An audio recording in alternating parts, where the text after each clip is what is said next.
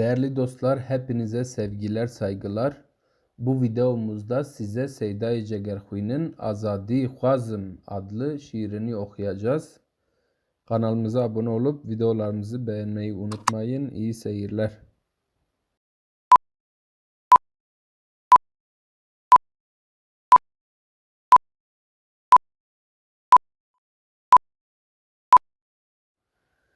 Tîpû lekên Kurd ketin zinaran, li hawîr bombe bû gullebaran, êriş dibin der komên neyaran, derabe serxwe, kurê min rabe.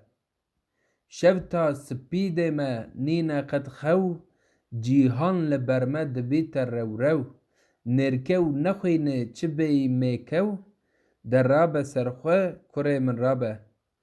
Bavê te çû şer, şêr e li meydan, êriş dibin ser Îran û Tûran, destên xwe dan hev kurmanc û dostan, derabe serxwe, kurê min rabe.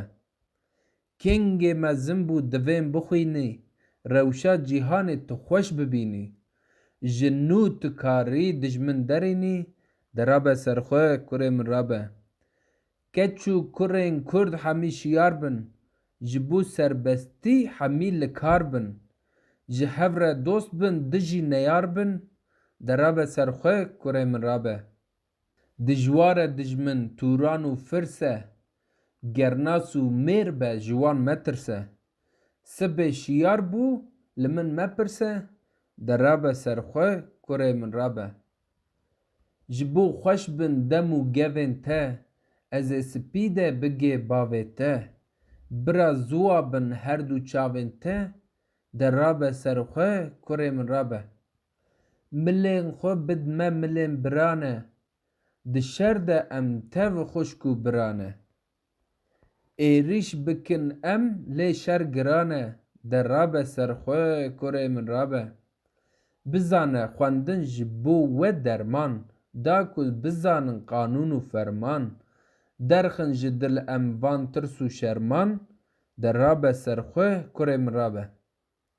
Destên xwe bidine destên çepên Rom, bibin partîzan bi leşker û kom, carek metirsin ji hok û fantom, derabe serxwe, kurê min rabe.